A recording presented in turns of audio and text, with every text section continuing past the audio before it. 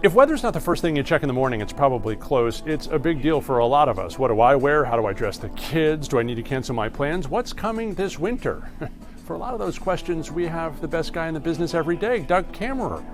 He'll tell us about that. But lately, this debate in weather, especially here in DC, it's not about hot and cold, but a hot debate about the weather forecasting and the science itself.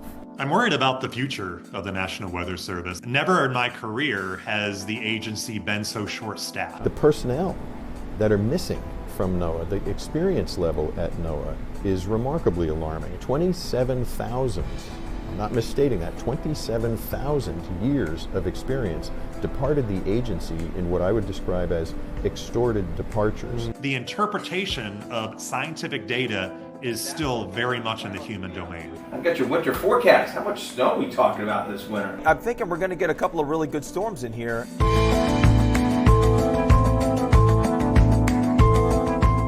To a certain degree, we all rely on the National Weather Service, even here at News 4, where we have an incredible meteorological staff. We rely on the National Weather Service for some data, and our team has conversations with their team all the time.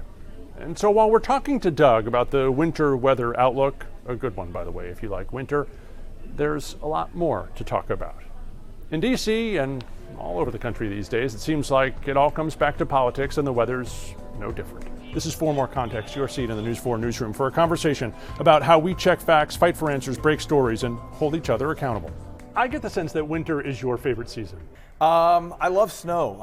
Growing up around here, I'll never forget the blizzard of 1983. I mean, I'm 8 years old. I remember my dad, throwing me into the snow, and I remember as a kid just building these toboggan runs and just going to my backyard, and everybody's coming over to our house because we had this beautiful hill in the backyard, which now I go back and that hill's not nearly as big as what I thought it was. Because the hill is different. I thought for sure it was a huge hill, but I just love what winter brings.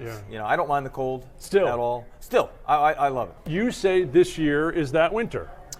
Yeah, I do. I think we're going to have a couple of really good snows, and similar to last year, we had a couple of those. I think our biggest one was 7 inches. Yeah. But I'll take that all day long. We know you've been working on your winter weather forecast. Yep. It is time for the big reveal. I'm bracing myself for the worst, but hoping for the best. Yeah, I would say this: if you don't have a shovel, go ahead and buy one. Okay. If you're one of those people that are thinking about a snowblower, this could be your year. Wait, and for those snowplow operators, get ready. Is there anything particular about this year that's different, or we're just sort of in that? The biggest thing about this that's different is we're going from what should be a weak La Nina into a more neutral phase. That's very telling for us. That kind of tells us, if we go to a neutral phase, that's average. That's where our averages come from. Average for DC is 13.7 inches. And I think that as we make our way out of that, I think that's where we're going to see some of the colder air coming out of Canada and making its way down. Well, here it is. My snowfall forecast, I'm going 13 to 20 inches along the I-95 corridor. Remember, 13.7 is average, so I'm going average to well above average by more than 50%. And you set 13 as sort of the floor for DC. Higher is likely, and certainly higher as you get further from the metro. Yeah, I mean, the 1 year I looked at, and I don't think this year is going to be similar to the 1 year I'm talking about. This is 2013, 2014. Yeah. That was a year that really shows our geography, because DC, closer to the coast, always on the warmer side. We got 32 inches of snow that year. I'm not predicting 32 inches. Right. But that year, Dulles Airport, 26 miles away, got 50 inches of snow. How can it be that much different? It's all about the path, because you got to remember I-95. You got to remember why are all of the cities built where they're built? It's all about the fall line. And they're all built. Washington, D.C., Baltimore, Philadelphia, New York, Boston. They're all at the fall line. What does that mean? That's where the ships could come. The tidal part of the Potomac goes right up to Washington, D.C., goes right up to Georgetown. Right. You can't take a ship any farther than that because you get into Great Falls. The falls right there. So now you're talking about elevation. So you get elevation, which helps with colder air. You get warmer air and more moisture coming up and hitting the fall line, and that turns a lot of our snow into rain. So that's why D.C. gets a lot less than, say, Dulles. Wow. Because of that fact right there. That's a microclimate, right? I mean, that's about as microclimate as you can get. It looks to be a fairly cold winter, especially, I think, January. And I might have to throw in December, too. And what about the temperatures? You think a colder winter? I do. And that's kind of the interesting thing, too, here. Looking back, each month was colder than average.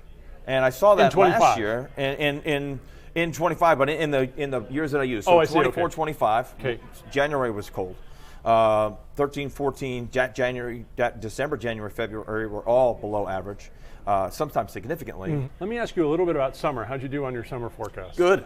Yeah. Yeah. What are we expecting for the summer forecast? Well, I'm going 39 to 47 90-degree days. That's a little bit above average, but I'm not expecting a lot of intense heat, and I'm not expecting many 100-degree days. Temperature-wise, Really happy with that. you said not a 100-degree day. Right. We didn't have any. Didn't have that. Didn't have a ton of, ton of super humid days. Right on the money. So that was good. And my tropical storm forecast was better than a lot of the ones that were out there too. I didn't go nearly as high as the other as some of the other ones.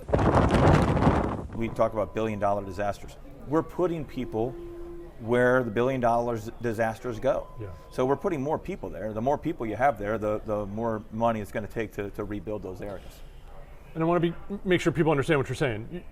Climate change is happening. Yes. Yeah, climate change is happening. Right. One of the things we talked about last time was sort of your relationship with National Weather Service.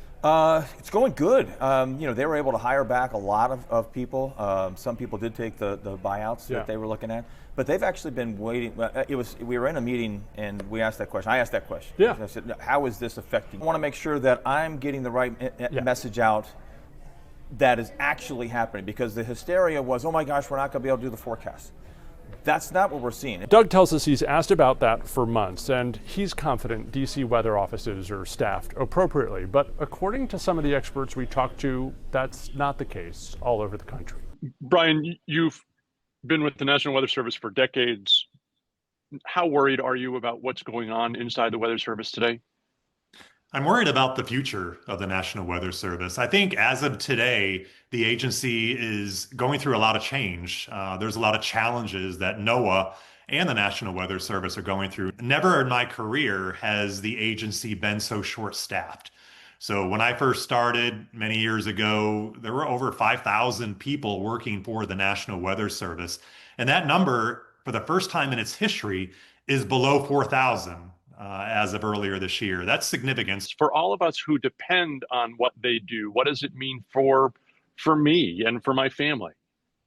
I think it's something that everyone has to understand, is that there is someone inside these National Weather Service offices 24 hours a day, all across the country. What the human is good at is interpreting that data and helping emergency managers, media, governors and mayors and elected officials, health officials, helping them understand, what is this snowstorm going to mean for Washington, D.C., and the District of Columbia and the Department of Transportation? What is it going to mean at 5 a.m. tomorrow morning when schools need to know whether or not they're going to open or close? So again, the interpretation of scientific data is still very much in the human domain. One of the things that some of the experts have talked to us about is that, yes, thankfully the Weather Service has a little more money, right? They lost hundreds of people earlier this year, and some of those positions have opened up. One of the problems that some other people talk to us about is that they're not hiring at the level of experience. You lost a meteorologist who had 30 years experience forecasting in this area, and you're picking up someone new who doesn't. Well, and that's what you're gonna get to there, and we've seen that, is going to be, maybe some false warnings. The warnings might not be as good, and what I mean by that is, if you don't know the area, I've been here now for 15 years, I grew up here. Right. So when you bring somebody new into the area, they do have to understand it, they do have to get to know it, and it takes a little bit of time. It takes a couple of years to really figure out the microclimates that are out there. How close are we to a tipping point where the changes within NOAA have really affected the way that science will go forward? Well, we've tipped, no question. And I think the tip is, as opposed to a scientific or global climate tipping point, the personnel that are missing from NOAA, the experience level at NOAA, is remarkably alarming. And one of the reasons that the public could rely so heavily on NOAA's voice is the years of experience. But as of April 30th this year, 27,000, I'm not misstating that, 27,000 years of experience departed the agency. The tipping point is probably best evidenced by the recent hurricane, Melissa, where some of the more experienced hurricane scientists came out of retirement and rode on the airplane in order to provide levels of experience that weren't resident, but who didn't have anywhere near the experience he did to go through a raging Category 5 hurricane. Well, I've loved weather ever since I was a kid growing up in Connecticut, but formally I started with the National Weather Service in 1992, and I moved all around the country throughout my over 30 years in the National Weather Service. Yeah, including some here in D.C.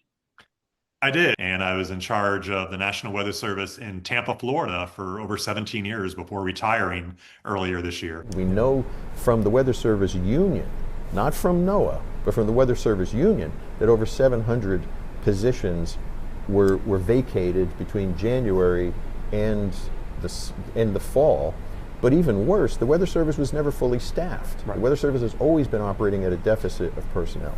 And what are we losing? We're losing the quality, and I worry about that because you don't replace 27,000 years of experience immediately. In losing that experience, you lose the ability in some cases, and it's quite varied, but in some cases to make the right decision. What has changed is the heroic demands that are placed on, and we'll talk weather forecasting for a moment, on the Weather Service personnel.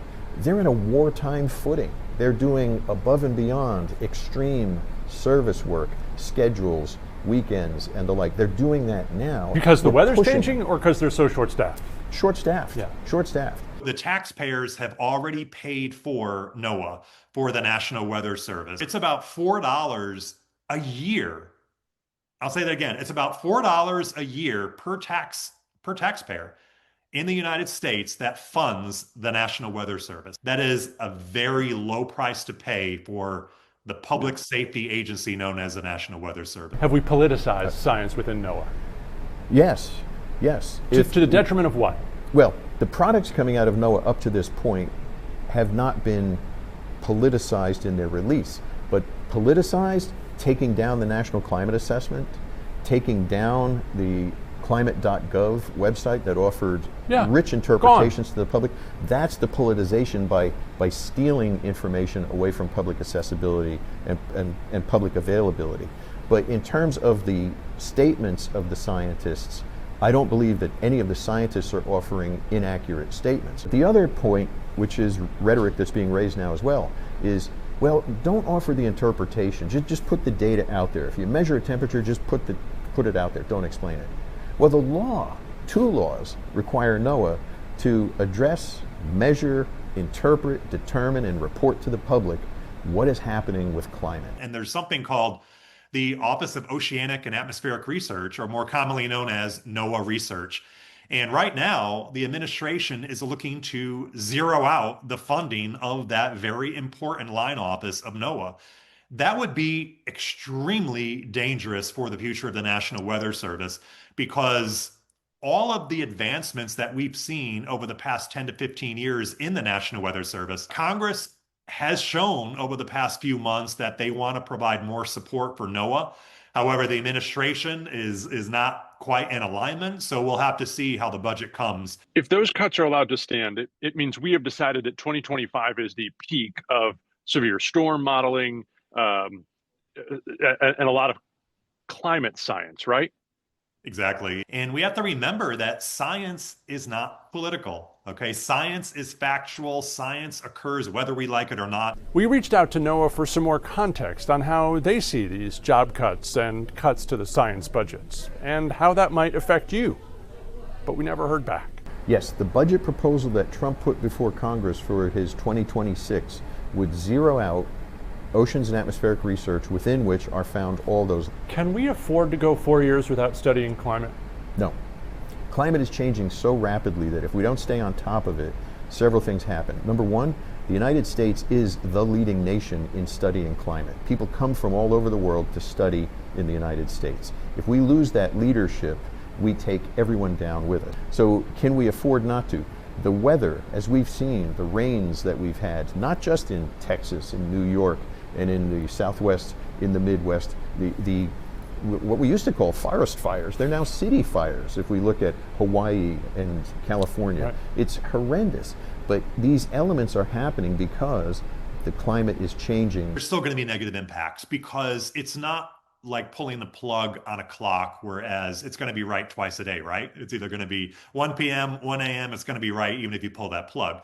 That's different when it comes to science. When you start pulling the plug and underfunding that, you're talking about impacting people's lives. You're pretty worried about this. I'm very worried about this. Craig McLean spent 40 years at NASA, started on a boat, rose to become the acting chief scientist of the agency. That was during President Trump's first administration. Back then, he spoke out about what came to be known as Sharpiegate, a time when President Trump used a Sharpie to draw on a hurricane map to make it appear people in Alabama were in danger. They weren't. What did you learn from that episode? From Sharpiegate, stand up and speak the truth and speak loudly. But what's the consequence of doing so? The consequence is you can be fired, but you have to live with yourself. You have to have pride in yourself and your truth. Yeah. Part of the reason I ask that is that it's a lot to ask of any government employee to do that when the truth has consequence. And I wonder, how much do you worry that there is some self-editing going on? That the research we really need to do, we're not going to ask for funding for. The question we really need to spend time answering maybe is a little too dangerous to focus on today. Do you worry that's happening? I think that's a legitimate concern, self-editing. I saw that in Trump 1. Yeah. I saw that in W. Bush, when George W. Bush came in as president. When you generally have that pendulum swing between administrations, particularly talking about climate right now. Weather, not a problem. Everyone, regardless of political affiliation, is concerned about the weather. In terms of climate, if we look at the pendulum swing between administrations, I saw federal agencies and I saw pockets of my own agency withdraw their web presence for climate. Do you believe the National Weather Service was prepared for this spring-summer severe weather season, and are they prepared going into this winter? My assessment is that they were heroically prepared, not operationally prepared. And to me, the distinction would be that operationally is the norm that the enterprise functions on. Heroically means that people went above and beyond. There were experience gaps. I think there were some questions raised about the Texas flooding, about Hurricane Melissa, that pulling people out of retirement to come in and work Hurricane Melissa. What's in your book that you're nervous about? My book. I love my book. This is the book that I do all of my forecasting in, whether it's summer forecast, winter forecast, whatever. So everything, all my research is right here, and I love looking back at it, going back to. I figured you'd ask me, how have you done? Right? All right. How have you done? So that's what I went back. Okay, we're going scoreboard? All right, well, okay, brag a little bit. How's it going? So over the past 5 winters, I've gotten 4 out of 5 of them. One of them was a complete bust. I predicted 22 inches of snow. We got 0.8 inches of snow. But the other years I predicted between 2 and 6, and we got 2.4. And the other years I did 7 to 13, and we got 13.2. So I'm doing really well. 4 out of 5 is Hall of Fame, guy. 4 out of 5. I'll take 4 out of 5 all day. I'll take 4 out of 5 all day. I didn't go back any farther than that, so I've got a history of it. I have to go back farther. So as of right now, I'm looking at 80%. I'll take that. I'll take that all day long. We will too, but it's admittedly an awful lot to watch. Doug will keep his eye on the weather. Our teams will keep an eye on the storms on the Hill. If you like this kind of context, we do hope you'll head to the YouTube page for NBC Washington. Like it, subscribe to it. Let us know what you think in the comments. I'm Ted Oberg from the News 4i team. You can find me anywhere on social at TedNBC4. In the meantime, I'll be here working for you.